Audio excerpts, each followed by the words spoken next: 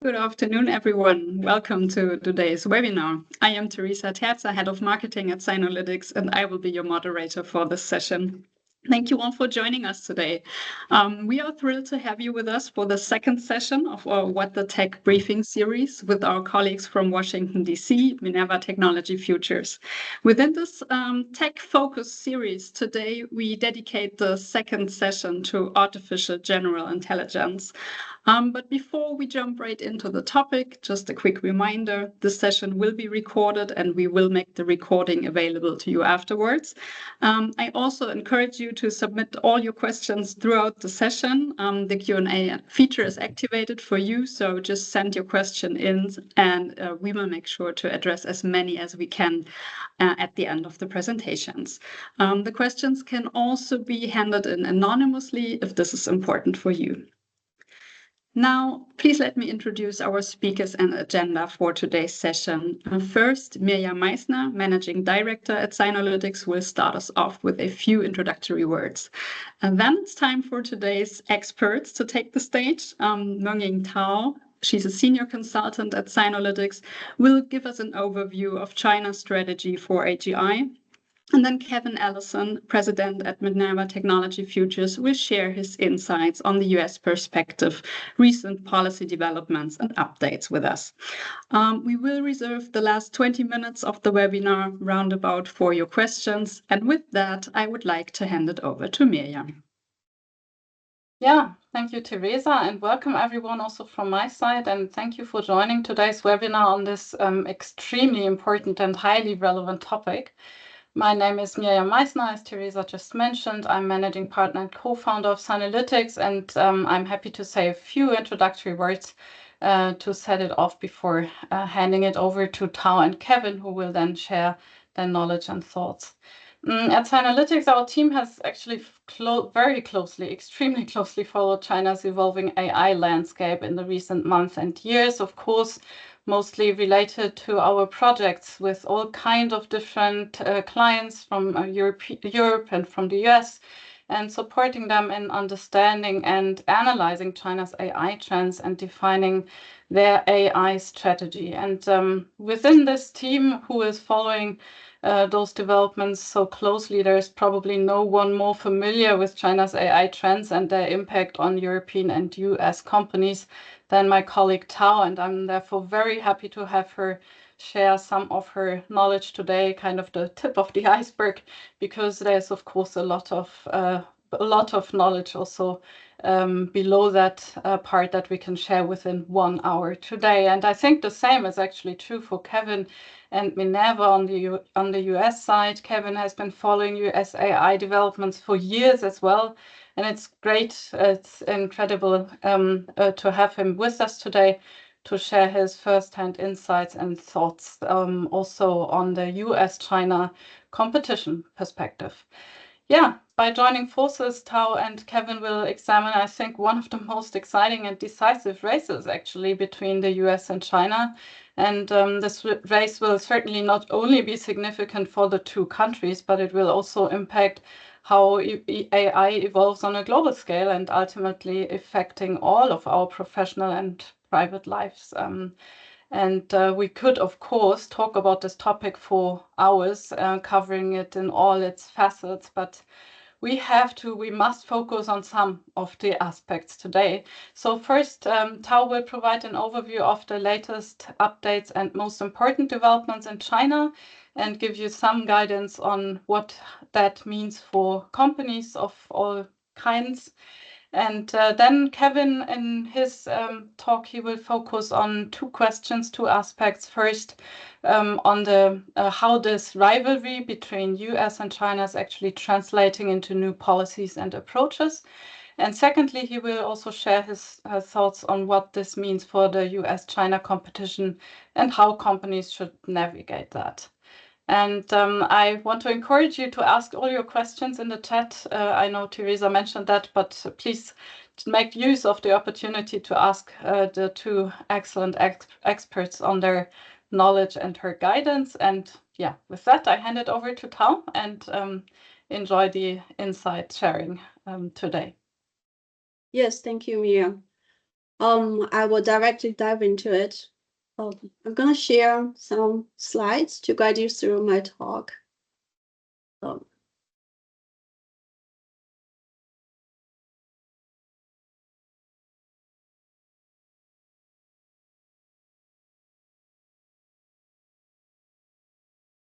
Yes, so I'm going to talk about the driving forces behind China's rapid AI progress.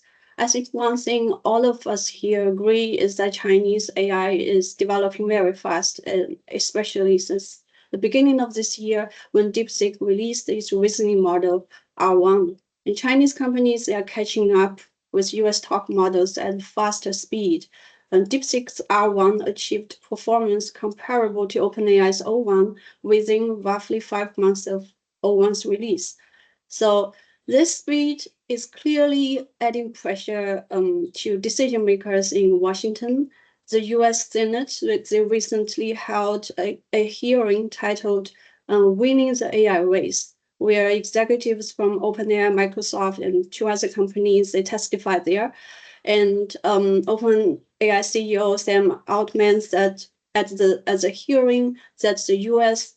is not a huge amount of time ahead of the race against China. So, what are the driving forces behind this rapid advancement? And when I talk about AI, I often approach it from an AI stack perspective. Yes, like the slides here shows, like altogether, these various layers of the AI stack, from AI chips to applications, they give a sort of a full picture that reflects a country's AI capabilities. So here, I also want to approach this question from these various dimensions.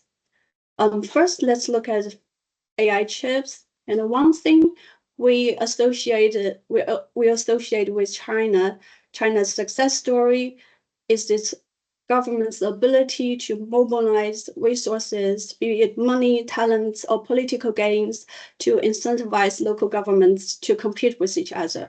We've seen how China's industrial policies have helped China's EV sector take off. However, when it comes to the much more complex semiconductor sector, China's industry policies in the past few years haven't really achieved meaningful breakthroughs. China has managed to grow its semiconductor sector for sure, but it struggles to move up the global value chain. China is the largest exporter of legacy chips, but it's still very dependent on foreign technologies and products when it comes to advanced AI chips.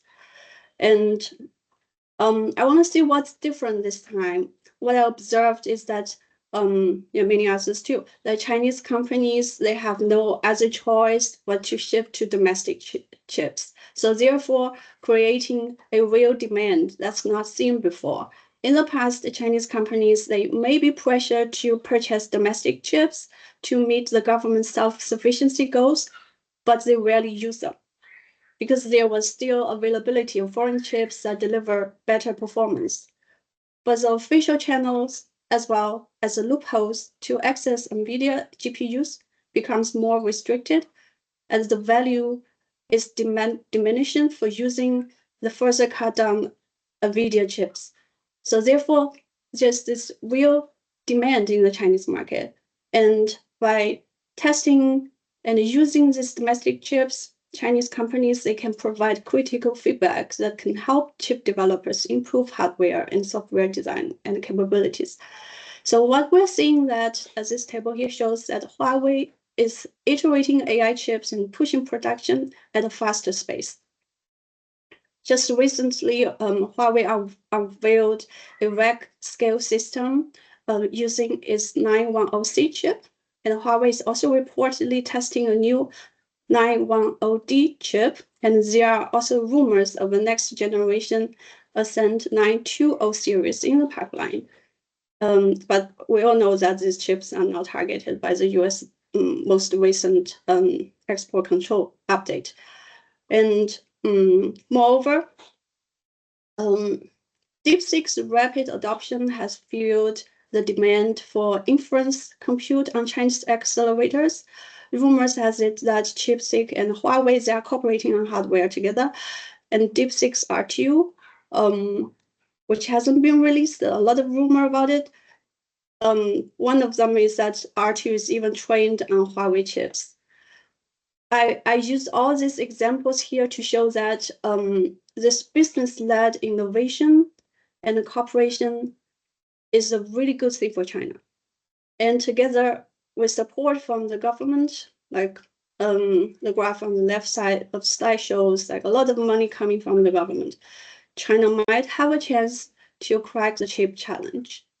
Also, I want to mention the export control here. I wonder if you've ever read China's science fiction novel, The Three-Body Problem. In China, people are saying that the U.S. export controls are like what the advanced alien civilization used to arrest the Earth's technological development. In the book, the tax suppression did work for a while, but it also backfired in the long run. And Earth's civilization advanced technologically beyond what this alien civilization expected. I'm not saying that China is the Earth civilization and the US is a more advanced alien civilization, but I think the analogy is kind of valid in this case. So export control, they have definitely hurt China's chip progress. Data shows that R&D investment in chip equipment R&D investment of chip equipment companies, they have slowed down since 2021. And one plausible explanation to the slowdown could be that export control made it more difficult for Chinese equipment companies to obtain foreign help in pushing forward R&D projects. This is research based on the CSIS report. But on the other hand, export controls, they also made indigenous innovation seemingly the only option. If self-sufficiency was largely a political goal before the export controls, now it is a business lifeline. Yes, as this slide here shows, the Trump administration, they realized that the Biden's AI diffusion framework could open the door for Chinese open source models and potentially its AI chips. So now the framework has been scraped and replaced with new rules that ban the use of Huawei chips in Chinese AI models. If these new rules are strictly enforced, I will see that they will really hurt China's AI ecosystem really bad. But of course, one question is if it can be rigorously enforced. At the same time, they underscore one thing more clearly than ever, that achieving self-sufficiency in chip making is really a matter of survival for China. Yes, I think Kevin would talk about this latest policies later, and we're happy to discuss it in more detail. Yes, when it comes to AI computing, China is second only to the US in aggregated computing power. China has adopted a top-down approach to computing infrastructure development, which largely contrasts with the US, where big corporate private enterprises, they are leading the decentralized computing expansion. The Chinese government designed, I would say, a very ambitious national strategy named East Data, Western Compute. The core idea is that China wants to leverage the abundant land and renewable resources in China's western regions to develop data centers that can meet growing computing demand from the more economically advanced eastern regions. So this project is somewhat similar to the earlier west to east power transmission project, but this time it is not electricity power that's being delivered, but data and compute. So the Chinese government envisions building a computing power network as integrated and as efficient as the national power grid. While this electricity power transmission project is already well established, this East Data Western compute effort is far more complex. It still faces major challenges such as ensuring low latency, high bandwidth, and data security, etc. But it's a very nice idea, giving the abundant hydro, solar, and wind power in the western region of China. And many newly built data centers in West China have already integrated solar panels and energy storage and other renewable solutions to ensure stable green power supply. As to nuclear power, which is a big thing in the US, China is also exploring the use of small modular reactors for data centers applications. However, there hasn't yet been a case where a nuclear power plant supplies power directly to a data center so far. And yes, when it comes to data, we all know that China's huge population and economic activities have generated massive amount of data, but China's data advantages for AI development are often, I would say, overstated. There are a few key constraints on accessing high quality training data, including data moat built by mobile platforms, meaning that data, for example, data on the WeChat platform belongs to Tencent alone, and is not to be crowded by others. And other constraints also include insufficient access of public data, and limited digitalization of paper-based texts. Also, the Chinese government is known for deleting content on the internet. That also doesn't help. And China's data annotation sector for now is still quite underdeveloped. So the Chinese government, they well acknowledges these limitations and initiated top-down policy moves to encourage opening up public data sets and corporate data sets and promote data transaction for model training. What I find particularly interesting is this corpus vouchers issued by local governments. Basically, it is direct subsidies given to companies when they purchase data sets from data trading platforms for model training, or when they open up data sets through the data trading platforms. So all in all, with this developments, I think China is very determined to unlock its huge potential of its data resources. Here let's look at the more exciting model landscape. After the launch and massive success of ChatGPT, China saw a wave of large model startups emerge, with tech giants and research institutions also jumping into the race. So 2023 was the peak of this competition of large models, leading to the so-called 100 model battle. Naturally, with competition also comes elimination. So by late 2024, the landscape of China's AI large model sector has become more defined, with the exit of underperforming models and the survival of the good ones. And the good ones, the first survivors, now include China's the 6 AI tigers, Baichuan AI, O1 AI, Minimax, Zhipu, Stepfan, and Moonshot. And there are also major tech firms still in the game and always in the game, like ByteDance, Alibaba, Baidu, and Tencent, and of course, this disruptor DeepSeek. So what's good about this? The dynamic competition has proven very helpful in pushing ahead model iteration and advancement. It also helps drive price down, making AI service more accessible for users and therefore expanding real-world deployment.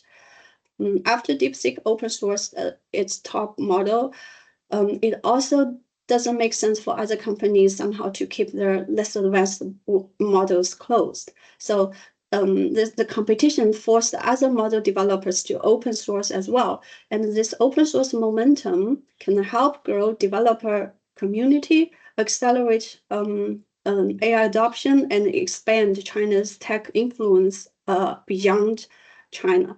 So I want to highlight that here also the China's talent behind this intense competition.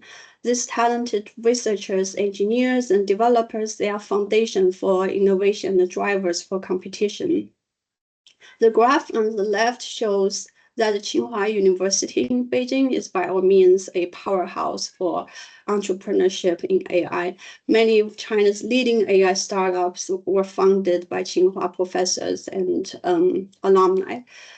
DeepSeek is known for building its team with a large number of young Chinese talents, many of whom have no overseas education or work experience. We are also seeing that more and more Chinese talents are returning home after studying or working in the U.S. I guess it's partly driven by a more difficult immigration environment in the U.S. and in part by the growing success and appeal of Chinese AI companies. Yes, when it comes to the application layer, China sees real strengths there and even a chance to leap ahead of the US, at least it's the current industry narrative.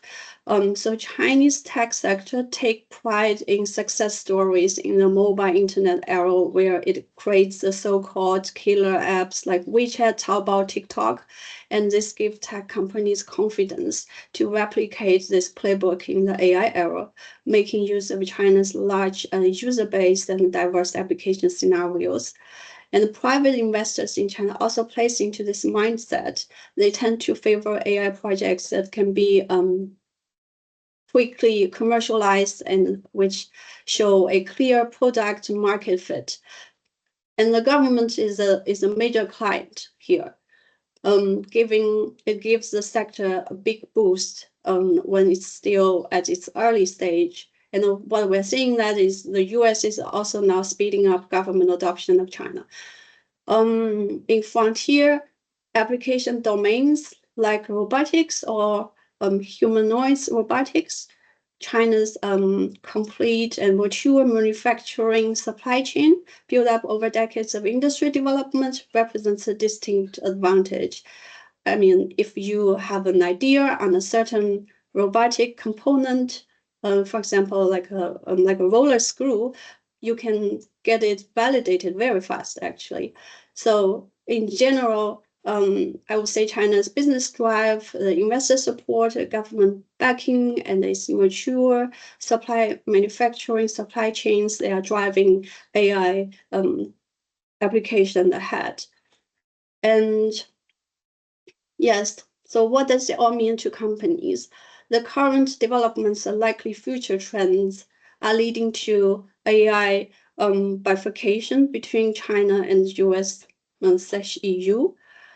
And as to the third countries and regions, both China and the US are aiming to expand the AI influence, and China is definitely targeting global South countries with its AI capacity building plan. And for multinational companies trying to develop and launch AI-enabled products to clients, or just simply trying to adopt AI to boost the corporate productivity, they face many challenges here. The first question I think a company would ask, or clients would ask themselves is, should I have a China-specific AI tech stack? Looking at the table here, the answer is probably yes. We can see that for different layers of the AI stack, companies may have to go for a China-specific solution, either forced by China's regulatory requirements or by US rules and regulations, export controls. So it's really not an easy time for companies. And yes, like take the Apple case as an example. Now, Apple couldn't use OpenAI in China, and then it has to choose a local partner. After all the effort, it chose Alibaba, but now currently this deal is being scrutinized by U.S. officials over all sorts of concerns. And I just want to say that Apple's bumpy road into bringing AI-powered iPhones to the Chinese market underscores the mounting challenges multinational companies face in the AI sphere, and it is a clear reminder that companies need a well-thought-out and forward-looking go-to-market strategy that can address the regulatory, technological, and geopolitical risks. Yes, so I will stop here, and yes, and I'll give the floor to Kevin, and then I look forward to our discussion later. Thank you, Tao. That was an incredible overview of the ecosystem. And as I'm listening to you and reading through these slides, I think one of the fundamental points for me in thinking about this is that what we're seeing right now is an ecosystem in China driven by large investment that is adapting under policy pressure. And I think that that's the kind of big picture view. I think one of the key takeaways from me listening to your presentation is this goes way beyond just DeepSeek and Manus AI, which I think are the two different models, DeepSeek with its reasoning model, Manus with its AI agent, that have really been capturing a lot of headlines.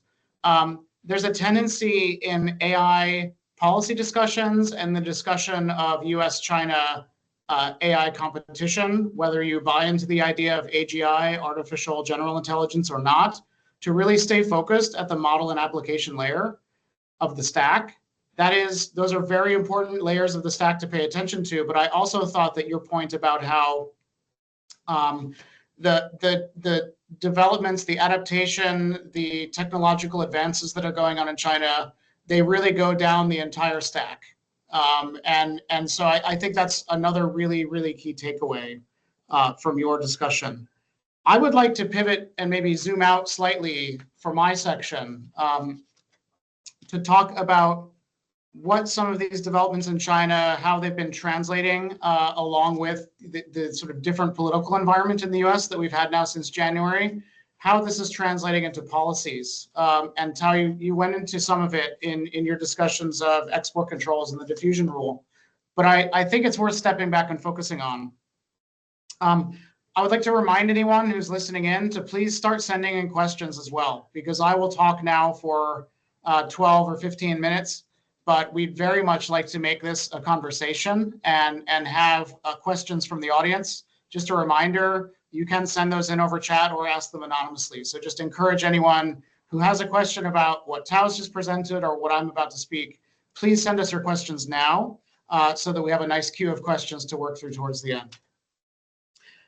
Whenever I talk to audiences about AI, I always start the conversation by really stepping back and asking, what is the prize that governments are chasing here when they try to have a national AI strategy and when they try to think about how they balance the need for innovation, AI governance, and national security concerns.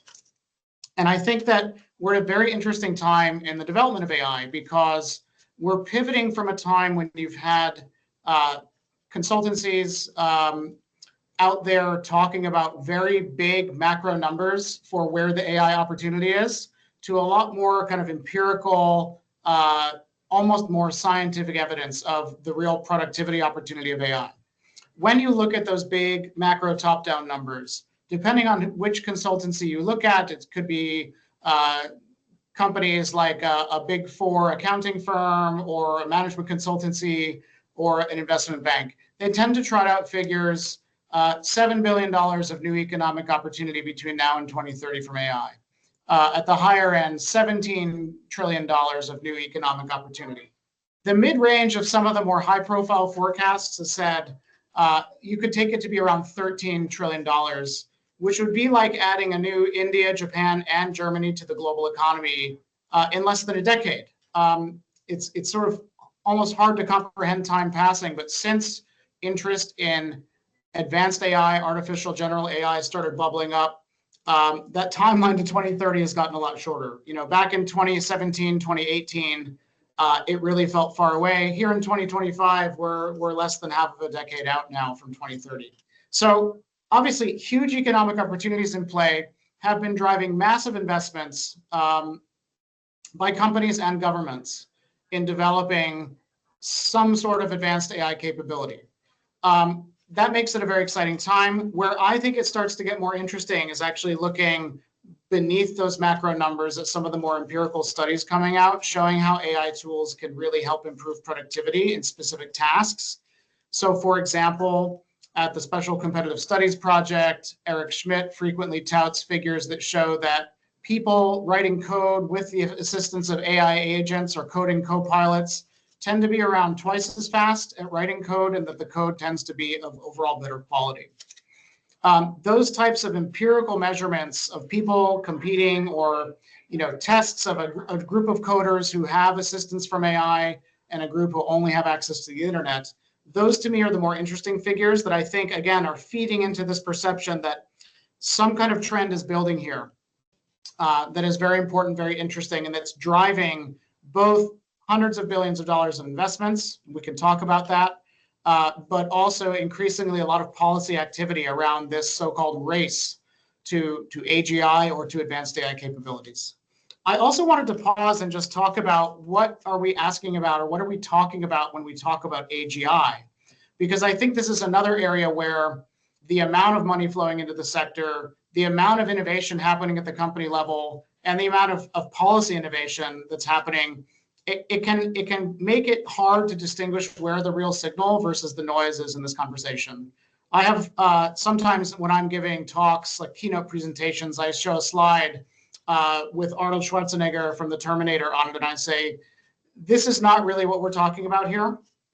When people are talking about AGI, they're talking about AI systems that, unlike systems that right now today are outperforming human beings in certain narrow tasks, they're talking about systems that are generally highly capable across a wide range of tasks. I think there are some dangers of the AGI trend being overhyped. The trend that we have seen from our vantage point here in Washington over the past year and several months has been people in the major AI labs increasingly making noise and talking about AGI timelines shortening. So forecasts that the people working at the cutting edge of the technology in different companies that are really, really at the cutting edge, that maybe AGI was a 2030 phenomenon. A growing number of people are starting to say, no, it's more likely on a 1, 2, or 3 year timeline that we might get systems that fit whatever a particular definition of AGI that someone might like to use is.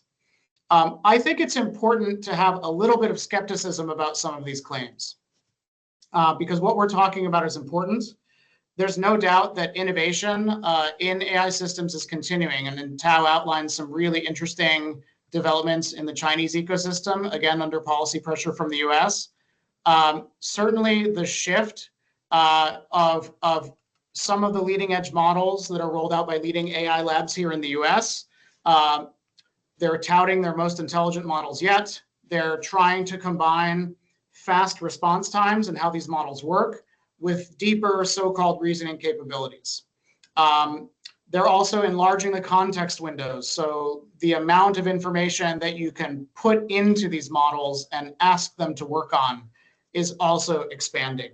So for instance, one of the recent updates was a 1 million token context window. That's about 750,000 words. That's more than a decent novel, right, that you can upload into a given system at any one time. There's efforts to improve reasoning capabilities and a growing focus on AI agents. So AI systems that are able to use a form of reasoning or an analog of reasoning to plan how they're going to answer a question, and agentic capabilities. So AI systems that can actually go out and use tools, whether it's in an enterprise context, so within a company's enterprise software umbrella, just doing actions within that company, which is where I think that we'll see the most interesting use cases first, just because it's a lot easier, or whether it's out in the real world, AI agents working on someone's behalf a deceivingly simple idea is to use that to book travel or to manage your calendar. I think that we're going to start seeing more real-world instances of companies experimenting with these tools, but that the messiness of operating in the real world is going to be harder than a lot of people expect for AI to get a handle on.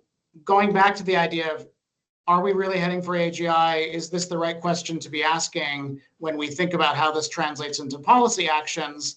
I think an underrated issue is that the real world is a lot messier and complex.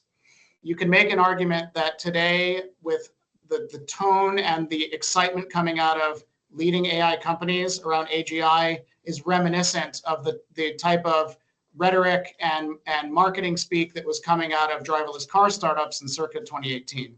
And what happened with driverless cars, there's been a lot of advances, but it's proven very difficult to get to full level 5 self-driving, just because the real world is very, very messy. And the actual challenges of creating a system that can operate with a general ability to drive in almost any street condition is difficult. I think that's a trend worth watching over the next few years, as more labs in the US, China, and potentially elsewhere are trying to make progress on AI solving real world challenges. I would expect it to be more difficult. Now, regardless of whether you believe that AGI is real or not, it is absolutely clear that concerns about shortening timelines to AGI, or if you want to call it just more advanced AI capabilities, they are driving political discussions, they are driving national security concerns, and they are driving policy. So even if you tend to be on the more skeptical side of whether you feel like AGI is imminent or whether you feel like it will be a much messier process, it's undeniable that the policy environment is now responding to these concerns and responding to the idea of AGI. And I think that Tao's illustration of how this policy innovation is happening in parallel with the innovation in AI systems and at different levels of the stack is very important. We've just come out of a period in the United States under the Biden administration where safety and risk and where frontier model capabilities were very much in focus. And we had a huge kind of blossoming or eruption of different policy initiatives, many of which date to the Trump administration or even to the Obama administration in some cases. But the policy toolkit that the US has built out around AI, with an eye focused on competition with China, it's really quite extensive. At the model layer, during the Biden administration and in Trump 1, you had discussions about regulating specific types of AI systems, even applications, for example, in the debate about whether to ban TikTok from the United States. You had a whole series of both domestic and international efforts to put a set of guardrails around the safety and risk and governance of those aspects of AI development through things like the G7 Hiroshima process, through things like the voluntary AI commitments in the US. Again, I think all focused on this idea that there was a window of opportunity to create policies to put guardrails around AI systems at a time when capabilities are advancing very quickly.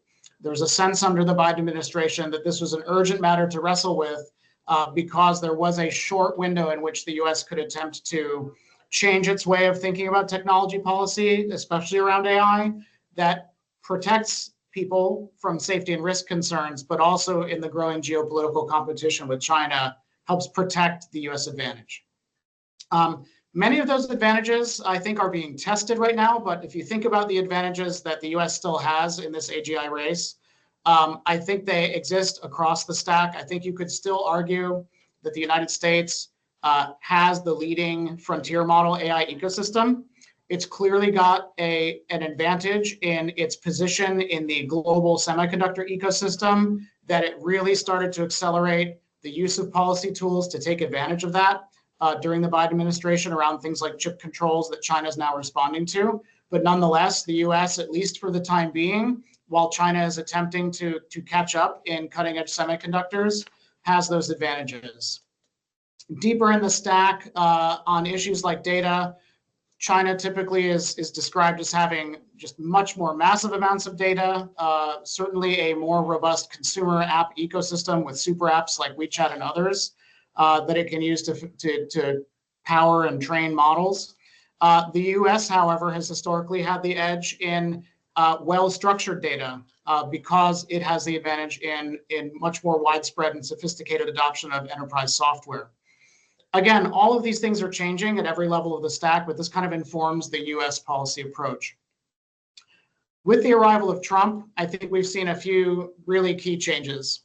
The first change is de-emphasizing the safety and risk narrative and really leaning into the idea of encouraging more innovation, seizing the opportunity from AI innovation, really a focus on picking up and using AI to capture productivity gains, capture economic growth, and capture innovation, not just for consumer uses or business uses, but also for military uses of AI. I think a desire for what the Trump administration has called U.S. AI dominance is really animating a lot of U.S. policy right now.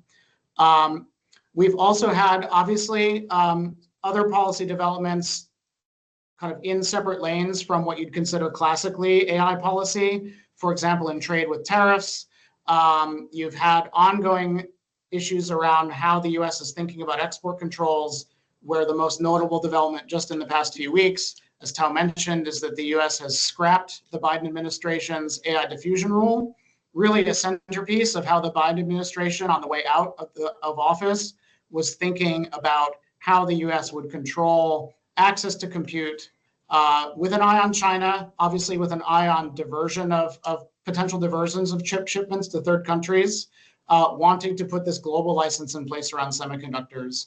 And what you've seen with the Trump administration is a pulling back from that policy in favor of, it seems, trying to strike bilateral deals.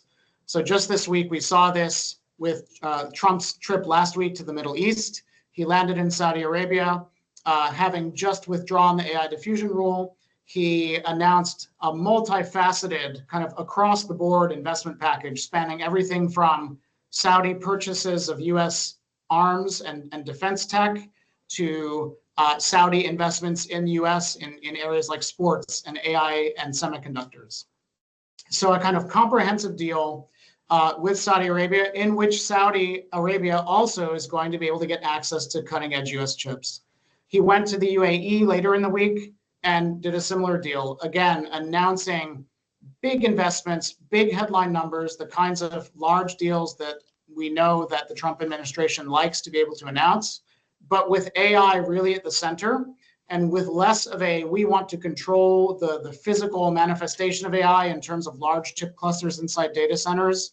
You're going to allow more of that to happen, at least for the time being, in the Middle East. One of these other global markets that has, a bit like Tao was saying with China, the space, the energy capacity, and the ability to kind of get things done in a way that will allow the construction of very large AI data centers. So I think overall, a very interesting environment.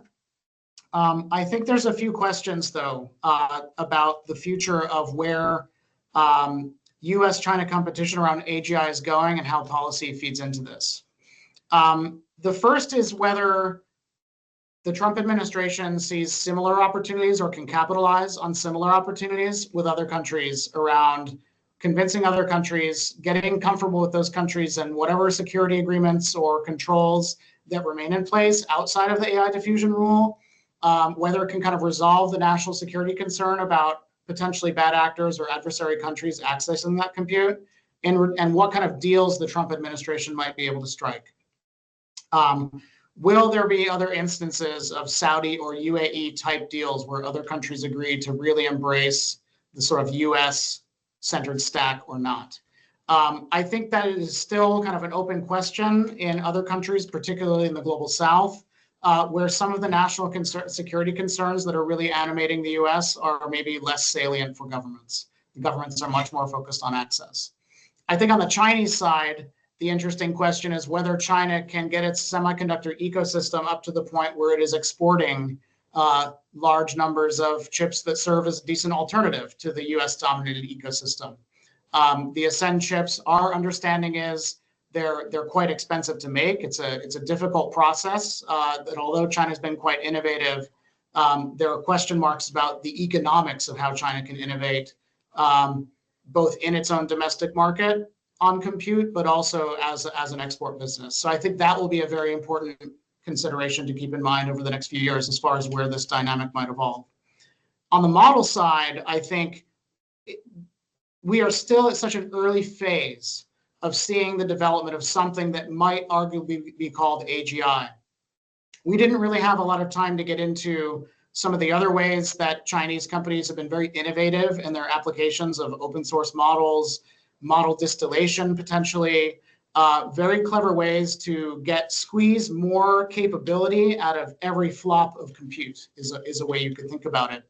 Where that goes for the industry and how open source competes with proprietary models on this, and more fundamentally, just what is the ultimate business model of all of this, I think is a really key question that's going to affect the way that policies develop and the way that the industry develops, both in the US and China. I think we're still operating in a little bit of a hype-driven investment environment where there's been a push to frontier capabilities without necessarily thinking through or having, I should say, having a good sense of where the business model on this is going to settle. Where are companies going to pay for these capabilities? How is the economics of that going to work? I think still very much an open question. And I think it will depend greatly on whether scaling effects like much bigger models, much more compute continues to hold, or whether, again, as we started to see in China under policy pressure, companies are able to find clever ways around it. So that was a lot. There's still a lot to unpack here. I do want to make sure we have time for any Q&A. Maybe one final thought. A lot of what we've talked about so far today has been focused on generative AI. So large language models, incorporating them in increasingly clever ways to do reasoning, to do AI agent type behaviors. But something else that Tao said really struck me when she mentioned robotics. This is another topic that now I think is really starting to build up.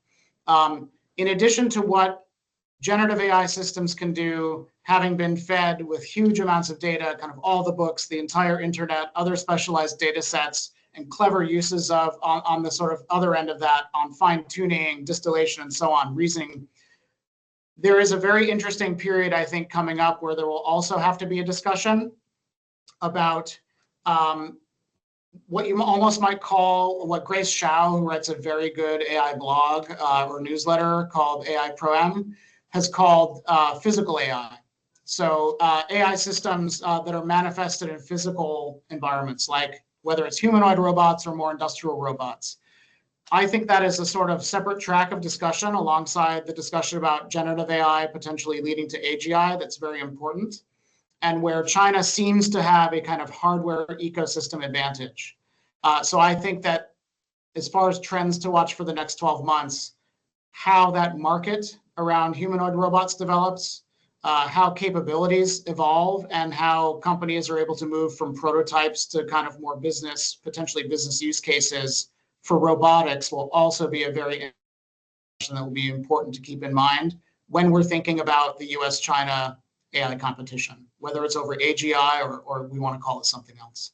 So with that, let me pause there and just happy to field any questions or just continue the discussion with Tao. We have another 12 or 13 minutes left. Yes, I think we have a couple of questions in the Q&A section. I think one was directly referring to what Tao just said. Political discourse on AI in the United States is dominated by the framing of race with China towards AGI. Does Chinese leadership hold a similar view, or do they have a different frame for thinking about this rivalry with the US in AI development? Yes, so AI is very directly framed as a race in the US. And actually in China, especially in the Chinese policies, AI is never officially positioned as a race against the US. But in China's national AI development plan, it clearly says that China aims for global leadership by 2030. So China still frames AI in the line of improving economic productivity and improving people's livelihood, and also become a strong power in AI governance. But of course, when China aims for global leadership, there's no other countries to contest with. There's only U.S. there. So I would say that Chinese leadership, they definitely have U.S. competition in mind, but they just don't show it, don't loudly say it, or they don't frame it that way, like the U.S. where they have hearings just directly titled winning the AI race. Yes, but between the lines, definitely it's in the Chinese policy discourse. I don't know if I'm answer this question. I just want to jump in on that question, because I do think there's a danger of the race framing of the competition. Framing it as a race, I think, can lead to analytical mistakes, and I think it can lead to strategic mistakes. Races have rules and an endpoint. There's a finish line. I don't know if thinking that there's a finish line is the right analogy here. And I think it comes down to two different ways of looking at AI. There's a group of people who are real AGI believers. They believe that artificial general intelligence will potentially arrive soon, where AI will have capabilities across many domains that exceed those of people, or really any person, soon. I've described that view as believing that AI is almost a kind of genie, where if like a few more times of rubbing the lamp, like a few more innovation cycles, it will wake up and start granting wishes. It will start doing lots of things for lots of people. That feels like the view that feeds a kind of race narrative, that whatever country gets that genie to wake up and start working for it first will have insurmountable advantages. Another way of looking at AI is AGI will be hard because human intelligence is a lot more nuanced and difficult to define than just one-dimensional definitions of being better than a person at a particular task. The real world is messy and hard to navigate. If you're in that more skeptical camp, it might not make sense to think of it as a race where there is this defined endpoint. Maybe more like a marathon where the endpoint is much more distant in time, and where there'll be a lot of other types of incremental competitions, many different types of incremental competition that will be going on around capturing benefits of something short of AGI, but just very powerful AI systems for technological innovation, military advantage, and economic growth. And I think if you belong in that camp, you'd be more skeptical of the idea that this is really a race and that framing is useful from a policy perspective. Yes, I also want to add that the Chinese tech sector, they definitely have adopted this AGI narrative, originated from Silicon Valley. So a lot of the AI startups, they are aiming for AGI. For example, DeepSeek, it says they concern themselves only with research and getting their achieving AGI is their ultimate goal. And for a lot of AI companies in China, they don't say like they are aiming for AGI, but they have what their goal is to catch up with OpenAI. They are seeing OpenAI as a leading company. They are trying to follow the lead and catch as fast as possible. So, and also there's also discussion among tech community about what if U.S. achieved AGI? Does that mean that it will give the U.S. hegemony? And I remember Kai-Fu Lee, which is the CEO of O1 AI, he mentioned that if the U.S. achieved AGI hegemony, and what can China do is to really develop great killer applications that can still position China at a disadvantageous position in this race. So yes, just want to add a few points on how the tech sector is looking at this. Thank you. As we have only 5 minutes left, maybe let's try to tackle another question that came in via chat.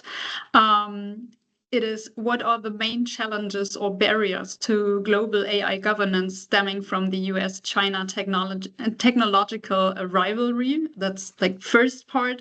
Second, what changes are necessary to make a global AI governance framework viable? Yeah, if you can try to answer this large question.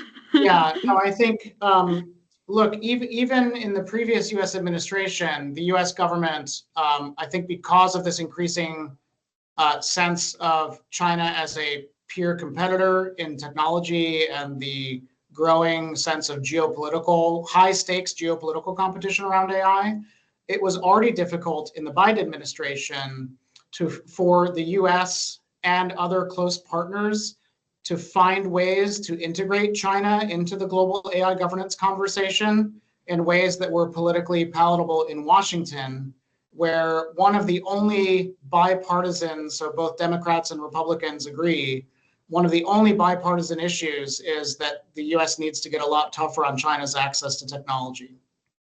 So it was already hard under Biden. I think there's big questions about where we're going with the G7 AI governance discussion, which was the most productive discussion, probably of all of them, that emerged from 2023 into 2024, where you had, at least among G7 countries, getting closer to some common principles, a kind of code of conduct for frontier AI governance. I unfortunately think that under the current administration, there's going to be even less appetite for sort of global AI governance conversations of the type that we've seen over the past 5, 6, 7 years. I'm not sure what would really be able to happen to change that. Perhaps there could be opportunities through some kind of potential future deal between the US and China, which the Trump administration is trying to work on this trade deal to open conversations about some very narrow issues. For example, the use of AI around nuclear weapons contexts was something that the US and China were trying to get closer to having a real discussion about. But in terms of kind of bringing China into the fold of the governance conversation, I think it's hard to see the US having appetite for that, and that the biggest risk for the global conversation today is even more fragmentation beyond what we've already seen, where you really have the US going in one direction, Japan and the UK maybe going in a direction a little bit more similar to where the Biden administration might have gone to, Europe going its own way, and China and other countries around the world just taking different approaches. Yes, maybe I can just briefly touch upon China's stance on the on global AI governance. So China is its global governance stance is very much focused on the global south. It has set up this AI capacity building plan where it organizes like workshop with global south countries.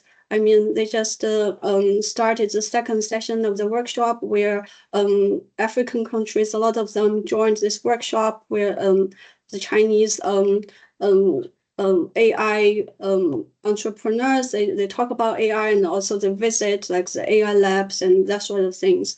So China definitely has its eye on having extending its influence in the global south. And another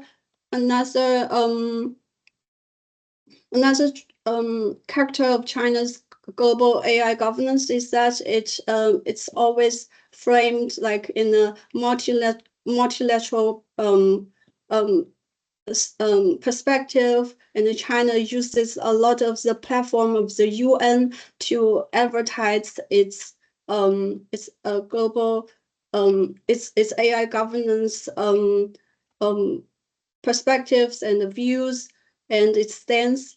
And also I noticed that whenever like US is leading some convention of global AI forums, and China is not is not there.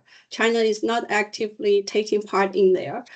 And China is always, saying that it stands with the UN, and that's the platform that it wants to advocate its global governance stances. I am sorry to have to interrupt the discussion at this point. But time is up, actually. And thank you, first of all, so much for your input and presentations, and also, of course, to the audience for the great questions. As we see, very, a vivid discussion. If you're interested in exploring this topic further, I would highly recommend you to scan the QR code you see on the slide, as it directly leads you to the report Wang has put together to, explain and basically explore what artificial general intelligence in China is at the moment, where it stands, and regarding this tech stack for each of these parts, what the status is. And also, as you all know, What the Tech is a briefing series. So the next session within the series is taking place on June 3rd. So it will concentrate on cyber geopolitics. And the good news is you're already signed up for this one. And another good news is actually, besides our experts from Minerva and Synolytics, we also managed to get Nick Butts for it. He's Director Global AI and Cybersecurity Policy at Microsoft, and will certainly bring in some very interesting corporate perspective to this talk as well. So with that said, if you have any follow-up questions, please don't hesitate to reach out to our experts directly. And thank you once again for joining today's webinar. Have a great day or evening, wherever you are ahead. See you next time. Bye-bye.